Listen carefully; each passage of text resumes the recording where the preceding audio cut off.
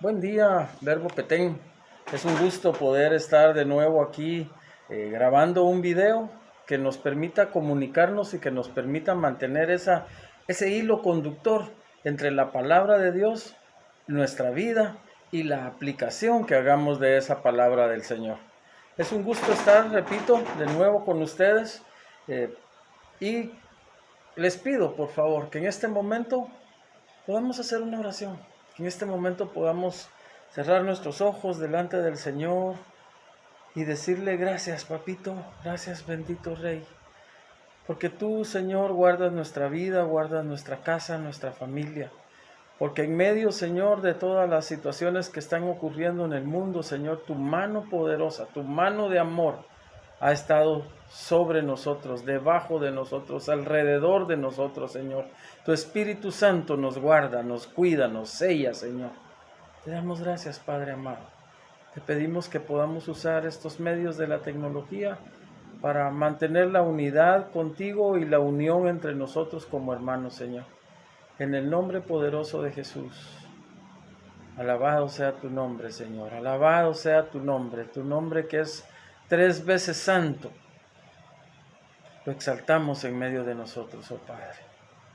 Amén y amén. Pues, amados hermanos, estamos continuando con esta serie de prédicas que están relacionadas con una porción de la palabra que se encuentra en el capítulo 5 de Mateo y que es conocido como el Sermón del Monte. Nosotros hemos llamado a la serie Desde la Montaña, porque se nos explica que Jesús subió a la ladera de una montaña y desde ahí abrió su boca y compartió palabras tan llenas de sabiduría como son todas las palabras de Jesús, pero palabras tan adecuadas para nosotros en este tiempo en que el mundo se debate entre la ansiedad, el afán, el temor y aún su misma iglesia puede estar metida en eso. Entonces somos nosotros los primeros llamados en buscar la fuente de información correcta. Y esa siempre se va a llamar la Biblia. Esa siempre se va a llamar la palabra del Señor. Es allí donde tenemos que ir nosotros a buscar esa información que nos permita entender los tiempos, discernir los tiempos y actuar conforme a lo que el Señor nos está enseñando a través de su bendita palabra.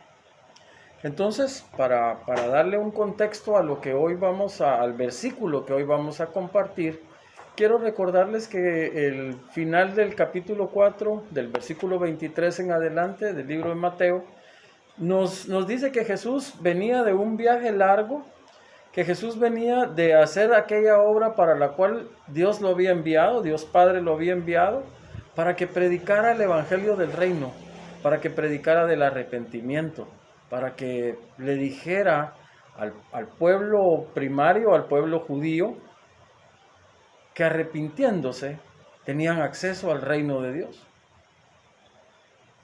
En Mateo dice el reino de los cielos, pero es un concepto cultural. Jesús predicaba el reino de Dios.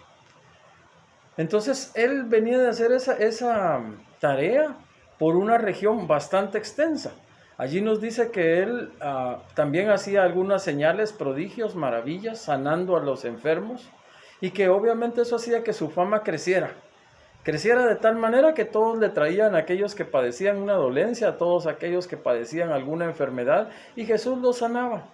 Entonces su fama se fue extendiendo por diferentes regiones, por diferentes ciudades, y acudían a él aquellos que se sentían atraídos por el mensaje de la predicación del arrepentimiento de pecado para tener acceso al reino de Dios. Ese era un mensaje que seguramente a muchas de estas personas les llamaba la atención. Y estos eran los que más pronto se convertían en discípulos, porque entendían el mensaje de arrepentimiento para poder tener acceso al reino de Dios. Por supuesto estaban las multitudes, y ya dijimos que estos eran muchas veces aquellos que solo estaban interesados en la solución de sus problemas personales a través de un milagro, o de una señal, o de un prodigio. También estaban aquellos que simplemente querían escuchar, que simplemente querían saber de qué estaba hablando Jesús. Ellos tenían la curiosidad porque posiblemente eran personas que tenían mucho conocimiento de la ley judía, de la Torá. Ellos conocían eso y querían saber y conocer si Jesús estaba hablando de lo mismo o estaba rompiendo con esa ley que para ellos era el centro de su vida. Entonces ahí aparecían en escena, mezclados dentro de la multitud, los escribas y los fariseos. Muchos de ellos buscando el momento en que Jesús se equivocara, ¿verdad? Quizás para acusarlo de algo, para decir que estaba contraviniendo la ley de Moisés. Muchos de ellos porque estaban siendo menoscabado el poder que ellos tenían en el pueblo. Al ser ellos los líderes religiosos de ese tiempo, tenían algún tipo de poder sobre las personas. Y de pronto ellos empezaron a oír a Jesús, y ya no a los escribas y ya no a los fariseos. Entonces querían saber por qué estaba pasando, por qué su gobierno sobre las personas estaba cambiando, estaba siendo trasladado hacia el correcto gobierno de Dios sobre la vida de las personas. Entonces esta era la mezcla de los que estaban allí para escuchar a Jesús. Y la palabra de Dios nos dice en el capítulo 5 de Mateo, que cuando vio a las multitudes, subió al monte. Yo pensé estos días que Jesús posiblemente después de venir de predicar por toda Galilea, quizás el Señor buscaba un lugar donde descansar un momento. Porque si tuvo hambre, si tuvo sed, si lloró, seguramente una manifestación humana en Jesús, hombre, Jesús Dios, también pudo haber sido esa sensación de cansancio. Y cuando Él va llegando a este lugar, posiblemente, como les digo, buscando un lugar donde descansar, resulta que hay una multitud de personas escuchando de Él, esperando que Él haga sus señales y sus maravillas en medio de ellos. Bueno, Jesús entonces, muy manso, muy humilde, sube a la ladera de una montaña y se sienta allí. Y alrededor de Él, ¿quiénes estaban? ¿Quiénes tenemos que estar alrededor, lo más cercanos que podamos? Los discípulos, aquellos que queremos ser enseñados directamente, aquellos que no queremos perder una sola oportunidad de escuchar la palabra de Dios para ponerla en práctica en nuestra vida. Y entonces Jesús, abriendo su boca, dice aquí que les enseñaba, y les enseñaba esa porción de la Biblia que nosotros conocemos con el nombre de las bienaventuranzas, los Macarius. La primera ya la compartimos en un video anterior. Jesús le llama bienaventurados, Macarius, aquellos que son pobres de espíritu, aquellos que han entendido que no saben nada, que no conocen nada, que deben tener sus oídos atentos cada vez que escuchen la palabra, porque el Señor les seguirá enseñando, les volverá a enseñar, reforzará lo que ellos creen que ya conocen, y porque son aquellos que han aprendido que deben aprender a desaprender para poder recibir la información correcta, no la que viene de la tradición, no la que instituyó algún hombre, no la que instituyó alguna religión, sino la que viene directamente de la palabra. Con ese entendimiento de una pobreza de espíritu que se rinde delante del Señor para recibir de Él, Jesús entonces continúa enseñando y vuelve a llamar Macarius, bienaventurados, felices, dichosos, llenos de gozo, benditos. Todas esas acepciones o traducciones le podemos dar a la palabra griega Macarius.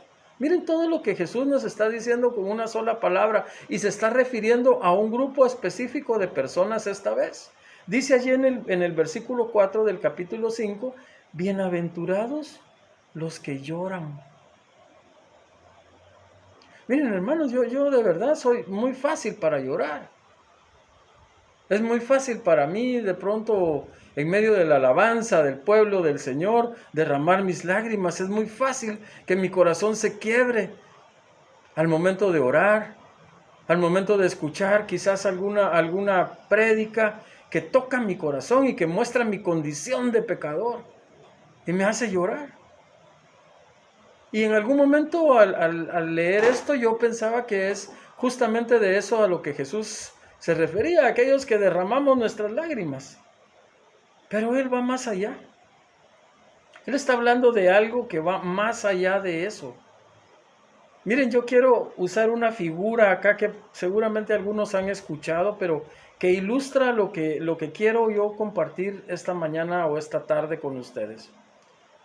Hay una anécdota que refiere que un grupo de ranas fue echado sobre un balde de agua hirviendo. Y al momento de que estas ranas tuvieron contacto con el agua, saltaron para todos lados. No resistieron la temperatura del agua y saltaron para todos lados. De inmediato rechazaron ese contacto con el agua hirviendo. Pero la anécdota sigue diciendo que había otro grupo de ranas que fueron colocados en el mismo balde de agua, pero con agua fría. Y entonces ellas muy cómodas dentro del agua fría. Luego alguien encendió la hornilla de la estufa y la temperatura del agua empezó a subir muy lentamente. De agua fría pasó a agua templada, a agua tibia, a agua caliente, hasta que de pronto hirvió. Y dentro de ese agua hirvieron las ranas. Miren, ¿por qué uso esta anécdota? Porque nosotros deberíamos de ser como el primer grupo de ranas cuando nos relacionamos con lo que la palabra del Señor nos dice que es pecado. En el primer instante que nosotros tenemos contacto con el pecado, deberíamos de saltar, deberíamos de salir de ahí, deberíamos de huir. En el primer instante, al primer contacto, al primer entendimiento en nuestra mente de que lo que estamos haciendo es algo que la palabra le llama pecado. Sea grande, sea pequeño, sea de los que se notan, de los que no se notan, es pecado a la luz de la palabra y nosotros deberíamos de huir despavoridos, corriendo de ese ambiente, de ese lugar, de esa situación. Pero tenemos el riesgo de ser como el otro grupo que mencionamos. Entran a la zona de pecado y de pronto dicen, bueno, no pasó nada, no pasa nada, nadie se dio cuenta. Dios mismo quizás no se dio cuenta. Y se quedan allí. Y empiezan a estar en el pecado más y más y más. Y se hace más intensa su condición de pecador. Hasta que de pronto mueren. Tú sabes que la palabra del Señor nos dice que Él nos rescató de nuestra condición, de cuando estábamos muertos en nuestros delitos y pecados. Porque el pecado empezó a entrar a nuestra vida y se fue haciendo tan intenso, que no nos dimos cuenta en qué momento nos separamos de Dios. Porque esa es la paga del pecado, la muerte, la separación espiritual con Dios.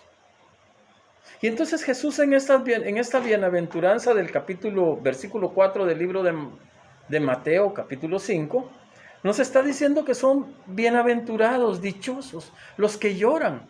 Miren, hermanos, aquellos que en el momento exacto en el que están entrando en la zona de pecado, se dan cuenta y saltan y huyen y se van de allí. Aquellos que en ese mismo momento dicen, Señor, perdóname. Señor, ¿cómo pude yo ser tan necio para hacer esto? Y amados hermanos, eso ha pasado en mi vida.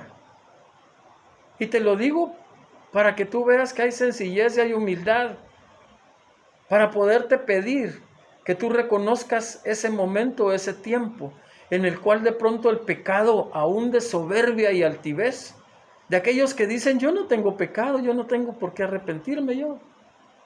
Esas palabras no son conmigo. Aún ahí encontramos una dosis de soberbia y de altivez que la Biblia llama pecado. No digamos para los que hemos incurrido en otras prácticas de pecado más complicadas. Robar, mentir, tomar alcohol, fumar, ver pornografía. Mira cuántas cosas hay a nuestro alrededor. Hablar de nuestro prójimo, murmurar de nuestras autoridades. Miren, de verdad es inmensa la lista. Pero lo que el Señor quiere es que nosotros lo logremos identificar y que en el momento que eso ocurra, clamemos misericordia. Porque el Señor hace que nuestra vista sea llevada a la cruz y que entonces veamos que Él se sacrificó en esa cruz del Calvario para el perdón de nuestros pecados. Por lo tanto, nosotros ya no podemos, ya no debemos seguir en esas mismas prácticas. Jesús quiere que nosotros tengamos un corazón que llora de arrepentimiento. Si alguien puede darnos un ejemplo de esto en la Biblia, es seguramente el rey David. Conocemos la historia de David, que ve a Betsabé desde la terraza de su palacio y se siente atraído por ella. La lleva a su palacio. Van a tener un bebé. Y todavía David ahí quiere tapar, fíjese, cubrir su pecado. Y manda a llamar a Urías para que vaya a la casa con Betsabé y después hacerle creer que el niño que va a nacer es de él. Pero Dios evita que Urías vaya a su casa. No lo deja en paz, no le hace sentir bien que vaya a su casa. Y aun y cuando el rey le decía que fuese a su casa, Urías se negó. Y entonces David da la instrucción de que lo pongan al frente de la batalla, para que aquel del que él se podía sentir acusado muriera. Miren qué forma esa de cubrir el pecado, en lugar de pedir perdón delante del Señor, en lugar de buscar el perdón de Dios para lo que estaba haciendo. Dios utiliza al profeta Natán para ir con David y contarle a manera de parábola la historia de un hombre que tenía muchas ovejas, pero que ve a otro que solo tenía una oveja. Y el que tenía muchas ovejas decide quitarle al otro la única que tenía. Y Natán le pregunta a David qué tendrían que hacer, cuál sería el castigo para este hombre que le quitó al otro su única oveja. Y David muy apresuradamente responde: debe de morir. Entonces el profeta le responde a David: David, ese hombre eres tú. Mire, esta es una situación en la que a través de un profeta Dios le hace ver a David su condición de pecador. Le hace enfrentarse con su situación de pecador. Probablemente yo no he tenido un profeta delante diciéndome algo como eso, pero he visto las consecuencias de mis actos. He tenido el entendimiento de saber que lo que estoy haciendo no es lo que a Dios le agrada. Y le pido, Señor, perdona mis pecados, limpia mi vida. Señor, perdona mis pecados, limpia mi vida, Señor. Y lloro por dentro de mí porque sé que he fallado. Y lloro por dentro de mí porque sé que me estoy alejando de aquello que Dios quiere para mi vida, para mi familia. Amado hermano, si eso está ocurriendo en tu vida hoy, hay un momento para arrepentirnos, genuinamente, para ir delante del Señor y decir: perdóname. Justamente como hizo David. Si leemos el Salmo 51, yo voy a apoyarme en una versión de Biblia de las Américas, pero miren cómo el Salmo 51 nos muestra ese corazón de David llorando en su interior delante de Dios y diciendo esto en el Salmo 51:1: ten piedad de mí, oh Dios, conforme a tu misericordia. David le está diciendo: compadécete de mí, ten piedad, conforme a esa misericordia enorme que tú tienes, conforme a lo inmenso de tu compasión. Borra, quita mis transgresiones. No las cubras, no permitas que yo la cubra quizás con una obra de caridad. No permitas que yo la cubra quizás con extenderme en alguna cosa en la que yo como hombre pienso que puedo cubrir o tapar mis pecados. No, Señor, David está diciendo: borra, quita, limpia. El versículo 2 dice David: lávame por completo de mi maldad. Lávame por completo, que no quede ningún residuo, Señor, que no quede absolutamente nada de eso. Mire, puede ser que tú y yo consideremos que es un pecado pequeño, Ay, si solo fue una mentirita. O de pronto fue una infidelidad, o de pronto fue una borrachera, o de pronto fue...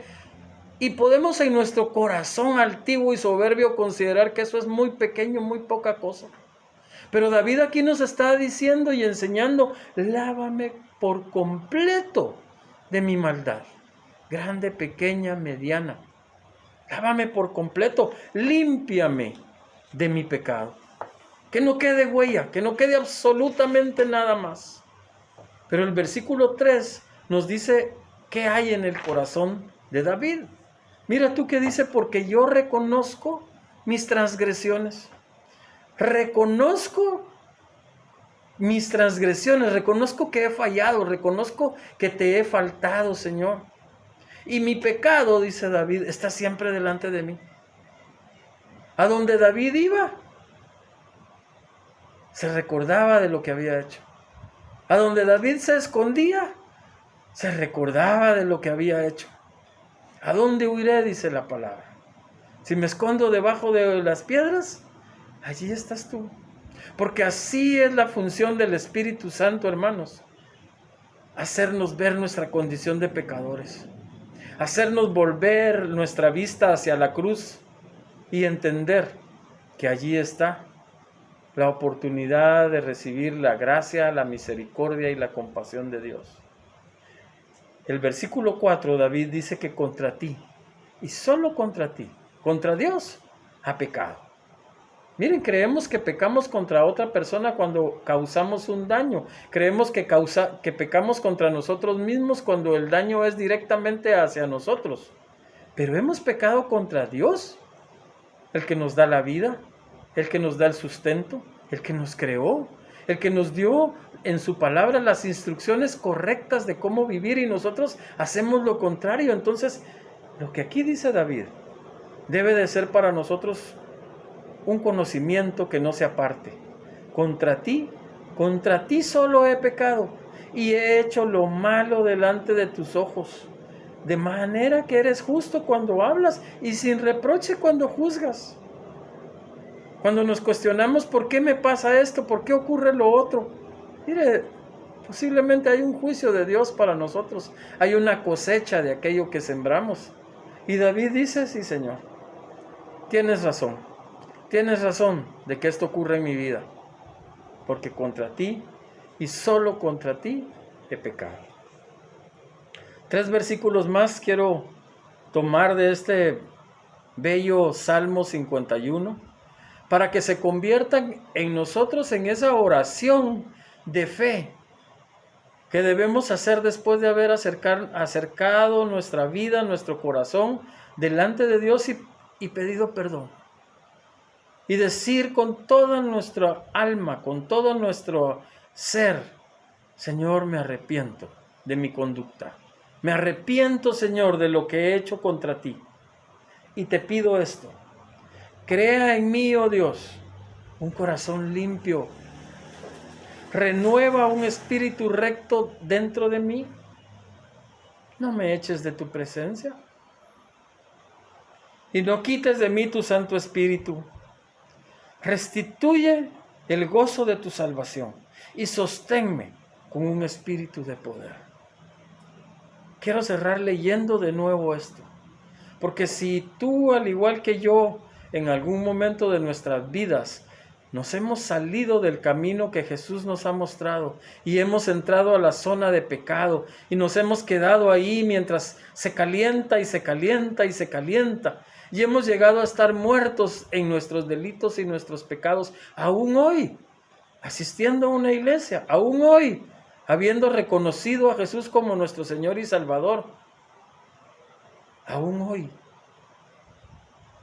debemos entonces nosotros repetir esto que David dice en estos 3 versículos. Crea en mí, oh Dios, un corazón limpio. Por favor, Señor, te lo pedimos en el nombre de Jesús. Renueva un espíritu recto dentro de mí. En el nombre de tu Hijo amado, Jesús, yo te pido eso, Señor. Renueva un espíritu recto dentro de mí, dentro de mis hermanos. No me eches de tu presencia, Señor, porque si algo quiero yo hacer es vivir allí en tu presencia, vivir allí donde tú estás. No quites de mí tu Santo Espíritu, Señor. No permitas que en mi soberbia, en mi altivez, yo crea que eso no se pierde, que el Espíritu no se contrista y se va. Que yo sepa que cada vez que te fallo, Señor, tu Espíritu Santo es ahuyentado. Ayúdame a entender eso y a llorar desde lo más profundo de mi corazón por mi condición de pecador, Señor. Finalmente te pido, te clamo a ti. Oro a ti, Señor, para que restituyas el gozo de tu salvación. Aquel momento que nosotros le llamamos nuestro primer amor, ese gozo de tu salvación, esa certeza y seguridad de saber que nuestro Dios, bueno, todopoderoso, maravilloso, el que es 3 veces santo, es el Dios que nos salva, que nos rescata del pecado y que nos sostiene con un espíritu de poder, con un espíritu de poder. En el nombre poderoso de Jesús, amado hermano, yo te bendigo, yo te pido que clames en su presencia, que hagas un autoexamen, que te juzgues a ti mismo y que tengas la libertad de arrepentirte, de pedir perdón, para que todos juntos podamos seguir caminando como esta iglesia fuerte, firme, por la cual el Señor Jesús habrá de volver. Que Dios les bendiga y Dios les dé una semana llena de su presencia. Amén.